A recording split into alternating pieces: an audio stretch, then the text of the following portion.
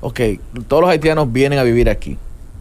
¿Qué vamos a hacer con lo de aquel lado? ¿Sí? ¿Cuál es el objetivo? El objetivo es de, como no hay Estado allá que pueda sostener esos ciudadanos... ¿Dejar un terreno baldío ahí? No, que República Dominicana asuma el costo del Estado haitiano, que seamos nosotros que prácticamente tengamos que administrar 20 millones de personas a cambio de mantener el territorio, que es la tesis del Plan Cóndor que siempre se ha establecido, y el Plan Éxodo, no es nuevo, desde 1996. Si tú unificas dos poblaciones, mira Kosovo y Albania, esto no es nuevo tampoco, Yugoslavia, si tú unificas dos poblaciones donde, y mírate el dato que salió ayer, que en la maternidad de Higüey, de la Alta Gracia, en Higüey creo que es, ya se está registrando 62% de partos respecto a un 48% de partos dominicanas. O sea que más ilegales están alumbrando más que dominicanos. ¿Qué va a pasar en 10 años donde un territorio en la frontera esté ocupado por 70% de ilegales y 30% dominicanos? ¿Va a ser el territorio dominicano?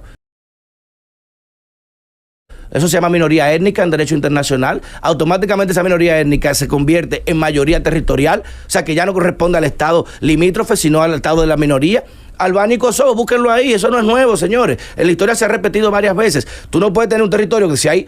Somos 5 nosotros y hay 100 de otros, aunque el territorio diga que es de nosotros, no es de nosotros, son de esos 100. Entonces, ese es el tema delicado con la demografía y la ilegalidad.